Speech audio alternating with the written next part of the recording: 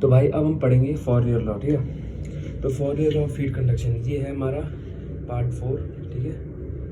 तो भाई ये लॉ है ना बहुत इंपॉर्टेंट लॉ है, ठीक है। फॉरियर law of heat conduction, heat conduction देखो इसमें लिखा हुआ है हीट कंडक्शन प्रोसेस है ना, जो कि किस में होता है, रॉड वगैरह में होता है। तो ये हीट कंडक्शन का है। तो ये कहता है कि जो Q है वो डायरेक्टली प्रोपोर्शनल है A बाय dt अपॉन में dx। देखो ऐसे, ठीक है। क्या लिखा है, Q is directly proportional to A into dt by dx। Q क्या है, amount of heat flow through a body in a unit time, ठीक है। Surface of heat flow taken at right angle direction of flow temperature change. तो ये कहना चाहता है कि भाई जैसे कि मान लो एक बॉडी है, ठीक है, मोटा बॉडी ले लो, ठीक है। इस साइड इसका दूसरा फेस है, इस साइड इसका दूसरा फेस है, ठीक है। और ये हीट कंडक्शन मतलब सॉलिड है। तो ये कहता है कि जो हीट ट्रांसफ़र करेगा वो डिपेंड करेगा किस पे, क्यों डिपेंड करेगा किस पे, पहला तो करेगा एरिया पे डिपेंड करेगा, ठीक है, जो एरिया इसका सरफेस एरिया है। दूसरा डिपेंड करेगा टेम्परेचर पे कि इसका टेम्परेचर क्या है और इसका टेम्परेचर क्या है।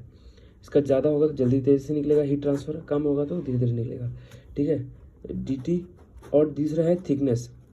तो ये थिकनेस के हिसाब से ये है इन्वर्सली प्रोपोर्शनल, ठीक है, दिख रहा है। तो कहने का मतलब कि जितना पतला इसका वो शरीर, जितना पतला शरीर उतनी जल्दी हीट निकल जाएगी, है ना, हीट ट्रांसफ़र हो जाएगी।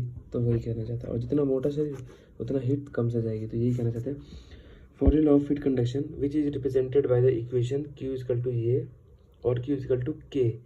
क्या है, constant of proportionality known as thermal conductivity of the body, ठीक है। थर्मल कंडक्टिविटी क्या है, from the above we can see that amount of heat flow through a body by conduction is directly proportional to the surface area of body, ठीक है। Directly proportional to the temperature difference on the two faces of the body, inversely proportional to the thickness of the body, हमने देख ही लिया inversely proportional thickness है, ठीक है।